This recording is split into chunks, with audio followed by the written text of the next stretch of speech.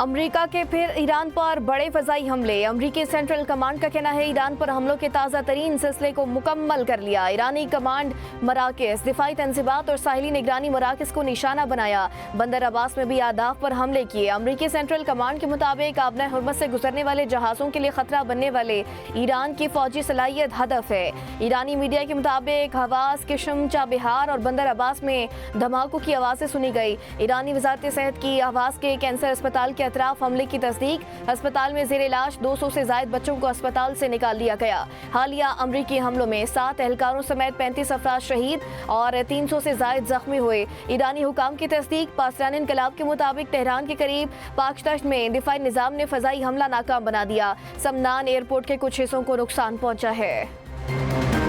Trump کی زیر صدارت سچویشن روم میں اعلیٰ سطح اجلاس۔ ایران کے خلاف بڑے زمینی فوجی آپریشن پر غور۔ امریکی ویب سائٹ ایکزیوس کے مطابق کارروائی آبنہ ہرمز تک محدود موجودہ حملوں سے کہیں زیادہ وسیع ہوگی۔ امریکی اخبار نے امریکی اہلکاروں کے حوالے سے دعویٰ کرتے ہوئے کہا صدر ٹرمپ ایرانی جزائر پر قبضے کے لیے فوج بھیجنے کا سوچ رہے ہیں۔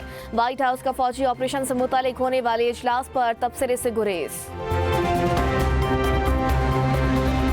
مشرق وسطیٰ میں جنگ کے بادل مزید گہرے۔ ایران کا اردن، کویت، بحرین اور عراق میں امریکی فوجی اڈوں پر حملوں کا دعویٰ۔ ایرانی فوج کے مطابق اردن کے ارزق ایئر بیس پر امریکی تنصیبات پر ڈرون حملہ کیا گیا۔ امریکی مواصلاتی نظام، ریڈار اور ایندھن ذخائر کو نشانہ بنایا۔ ڈرون حملہ آپریشن سائکا کے 9ویں مرحلے کا حصہ تھا۔ کویت، بحرین میں بھی امریکی ریڈار اور دفاعی نظام پر حملے۔ ایرانی فوج کا کہنا ہے حملے امریکہ کے خلاف کارروائیوں کے 10ویں مرحلے آپریشن لائٹنگ کا حصہ تھے۔ ایرانی میڈیا کے مطابق کویت میں امریکہ کی علیہ السلام بیس پر موجود پیٹریاٹ دفاعی نظام اور فیول ٹینکوں کو نشانہ بنایا گیا۔ بحرین میں شیخ عیسیٰ بیس پر امریکی فورسز کے کمیونیکیشن، سپر ہاک ریڈارز اور پیٹریاٹ سسٹمز حملوں کی زد میں آئے۔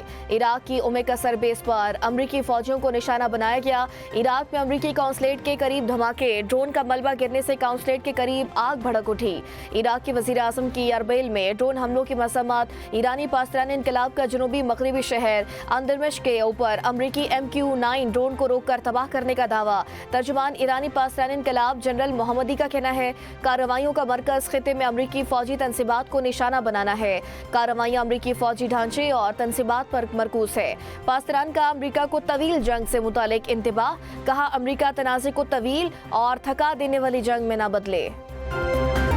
اردنی مسلح افواج نے 8 ایرانی میزائل فضا میں ہی تباہ کر دیے۔ میزائل گرائے جانے سے کوئی جانی یا مالی نقصان نہیں ہوا۔ اردنی فوجی ذرائع سے جاری بیان، کہا اردنی فضائی حدود کی کڑی نگرانی جاری ہے، فوج ہائی الرٹ پر ہے۔ کویت کا کہنا ہے کہ ایران کی جانب سے داغے گئے 4 کروز میزائلوں اور 21 ڈرونز کو تباہ کیا۔ ایرانی جارحیت سے کئی اہم تنصیبات کو نقصان پہنچا، تاہم کوئی زخمی نہ ہوا۔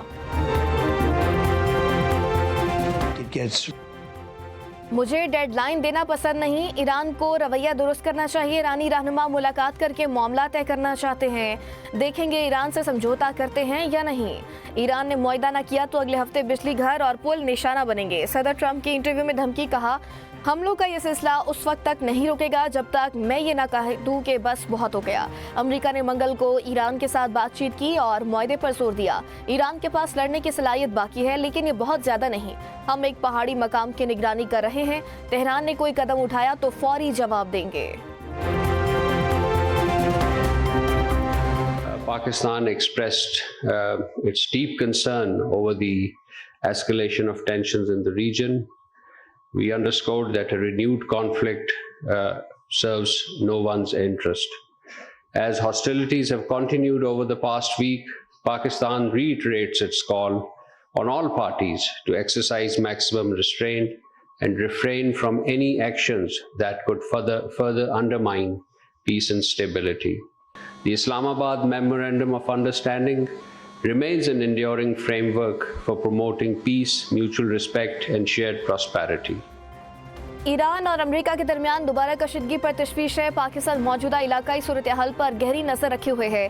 ترجمان دفتر خارجہ طاہر حسین اندرابی کی ہفتہ وار نیوز بریفنگ، کہا پاکستان مسائل کے حل کے لیے مذاکرات پر یقین رکھتا ہے۔ اسلام آباد مفاہمتی یادداشت پر عمل درآمد جاری رہنا چاہیے۔ پاکستان فریقین پر ضبط اور تحمل کا مظاہرہ کرنے کے لیے زور دیتا ہے۔